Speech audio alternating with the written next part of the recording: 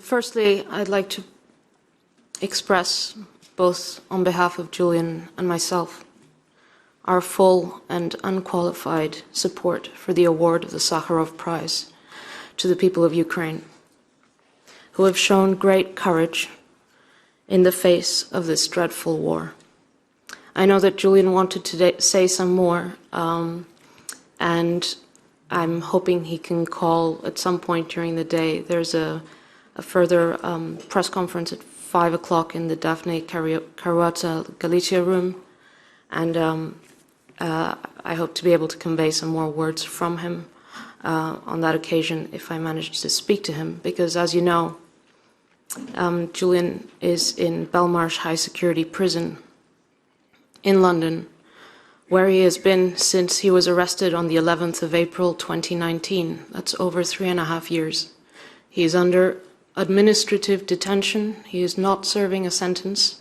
He is fighting extradition to the United States, which is bringing an outrageous, regressive, politically motivated case against him for publishing the truth.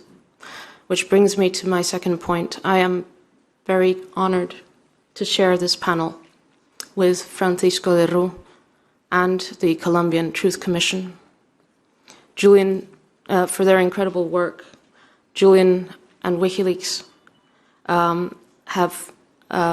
Julian has dedicated his life to defending human rights and of doing it through publishing the truth. Julian, one of his most famous quotes is that if lies can start wars, the truth can start peace. The best way to achieve justice is by exposing injustice. Julian is facing a politically motivated case in the United States for WikiLeaks publications about wars in Iraq and Afghanistan. And what WikiLeaks exposed was the truth of the barbarity and the brutality of war, and the fact that victims of war are the ultimate injustice against the victims of war is their victimhood not being known and recognized. So when WikiLeaks published the Iraq war logs, 15,000 individual civilian deaths were brought to light. And the fact that these deaths had occurred had been hidden away by the Pentagon for PR reasons, for finance reasons, for whatever reasons. But these 15,000 civilian killings had not been known until Julian and WikiLeaks published the truth. WikiLeaks also published evidence of a war crime in a video called Collateral Murder in Baghdad, where at least 12 civilians were gunned down by a helicopter. It's a video that shows a perspective from the helicopter as these people are killed. 2 of them were Reuters journalists. And when a van came to the rescue of one of the dying journalists, that van was also gunned down, and the rescuers were killed. And the only survivors were 2 children who survived because their father, who had come to the rescue of this dying journalist, threw his body over them, and they were severely injured. He died, but he blocked the bullets from killing them. I'd like to thank the European Parliament for the recognition of Julian this year as a finalist for its Peak Freedom of Thought and Human Rights Prize. It comes at a time where the urgency and importance of this case could not be clearer. There's a growing clamor for Julian's freedom. Just in the last 3 weeks, we've had a joint statement by the New York Times, The Guardian, Le Monde, El País, and Der Spiegel, calling for Julian's immediate release. saying that this case is a grave threat to press freedom globally. Julian is not being prosecuted as a source or as a whistleblower. He is being prosecuted as a publisher. He is being prosecuted, he is charged with receiving, possessing, and communicating to the public true information of the utmost public importance. It is a regressive case that is dangerous politically and legally. It is extraterritorial in its reach. Julian is not a US citizen. He was not in the United States. He was in fact in the United Kingdom, and he was publishing in partnership with European publications. The activities that are being criminalized, the activities for which he is being prosecuted, could be equally brought against any journalist in the European Union. This cannot be tolerated. Amnesty International has called this case a politically motivated case. They called the United Kingdom's High Court decision, the latest High Court decision, a travesty of justice. The Australian Prime Minister also in the past 3 weeks has said enough is enough, that he has made representations to the US government calling for this case to be brought to an end and for charges to be dropped.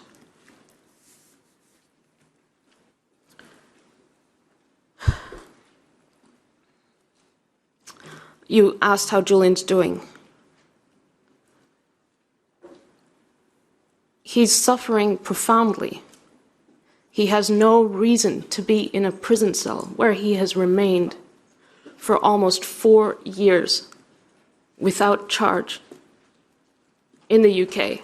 And the charges that have been laid against him in the United States are charges for activities that we, as democracies, say are of the highest importance, of having an open and accountable society where government crimes and excess and corruption can be exposed without fear of reprisal, and certainly without fear of imprisonment. Julian is in a small prison cell for over 20 hours a day. Just imagine that for years. We have 2 children, they're 3 and 5 years old. They get to see their father about 1 hour a week. Our children need their father. And this incredible injustice has to end. Thank you. Welcome everyone to this press conference entitled "The Julian Assange Case: Publishing is Not a Crime." I'm Davide D'Antoni, I'm the press officer of the 5-star delegation in the European Parliament. And before presenting our guest, I would like to thank all the journalists connected online with Interaxio. And of course, if you would like to ask a question, push your button, raise your hand, and I will give you the floor after the first round. I would like to recall that Julian Assange is a finalist of Sakharov Prize 2022, and tomorrow at the ceremony he will not attend the ceremony because he is actually in jail in the UK. Please. Oui, bonjour. Quelle est la prochaine étape judiciaire au Royaume-Uni? Je pense que c'est pour l'avocat. Oui, oui c'est pour vous, pardon. Stella.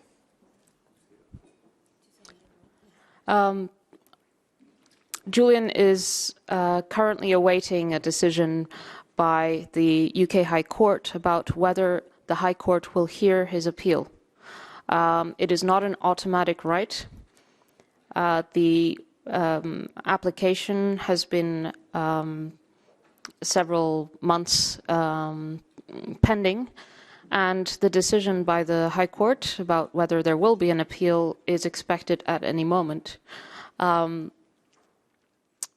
is an application before the European Court of Human Rights, but that is not let's say it's not live. We need to finish the process in the United Kingdom, and hopefully it won't lead to a European Court of Human Rights case, because the UK courts have the power and definitely should do the obvious thing, which is to stop this extradition, especially after news reports, investigations that the US government was planning to assassinate Julian while he was inside the embassy.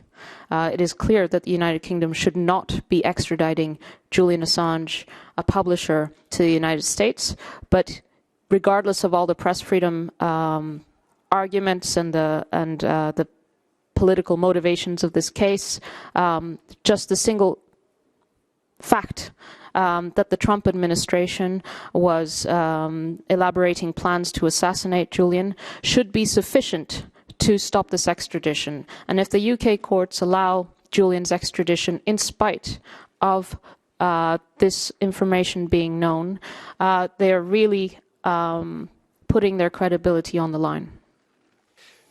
A few more questions?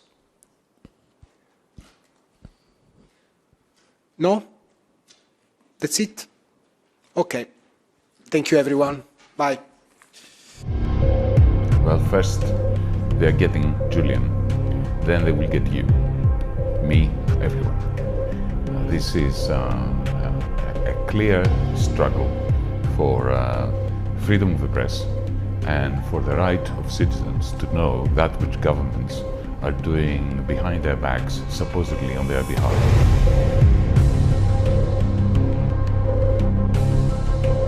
The lying is at the heart of it. So if you go and get people really inside the national security state and reveal the war crimes, the lying, the bullshit of the arms industry, that's like putting a dagger into a place you're not allowed to go. So I think this case is absolutely devastating, horrifying, and wide-reaching implications for press freedom and journalism as a whole. And unfortunately, people have already made up their mind about Julian Assange. They're not taking a stand the way they should be. It turned out he was under surveillance. It turned out there were people eavesdropping on everything he was doing. It turned out there were people even checking the nappies of his baby to check who it was and all the rest of it. For goodness sake, this is inhuman treatment of somebody that tried to bring some humanity to our planet. He is being punished, as is Julian Assange and Edward Snowden, for releasing the truth.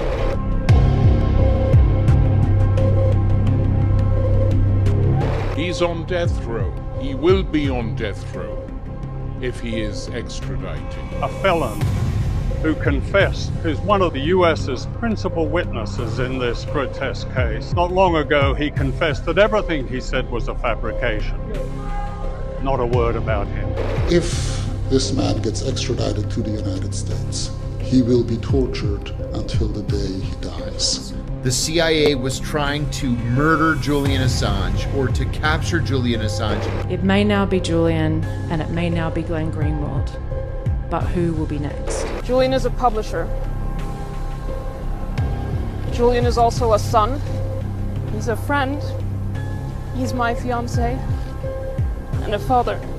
Julian needs his freedom, and our democracy needs a free press. Yes, it is about Julian Assange, but it is much more also about all of you and your children and your families. And 20 years from now, will you still be able to know the truth about what your government is doing? Or when it has become a crime to inform you about what your government is doing with your tax money to other people that have not done anything wrong in their lives?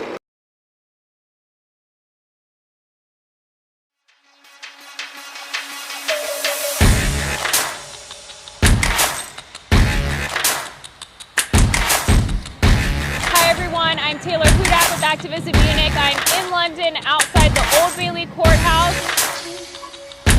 Assange was rearrested under the new superseding indictment. Today is the first day of the appeal hearing in the extradition proceedings. Hi everyone, I'm Taylor Hudak and I'm outside London's Belmarsh prison. We are all Julian Assange. How would you know about all the crimes committed in our names if there weren't the billions of leaks published by Wikileaks? If wars can be started by lies, Peace can be started by truth. We're going to lock people away facing 200 years in prison for exposing war crimes. What kind of country, what kind of world are we going to live in? So we have to stand up and collectively say no more. If you're an activist of any kind, right, left, center, an animal rights activist, an environmental activist, a socialist activist, any kind of an activist against global institutions, and you're not capable of setting aside whatever emotional feelings you have for Julian Assange to defend basic press freedoms and stand opposed to the efforts of the Trump government and Boris Johnson's Tory government to criminalize the activities of Julian Assange and Wikileaks and publishing information in the public interest, you are going to create a world for yourself in which the precedents you're now acquiescing to or cheering out of some misplaced hatred for Julian Assange are going to be used against you.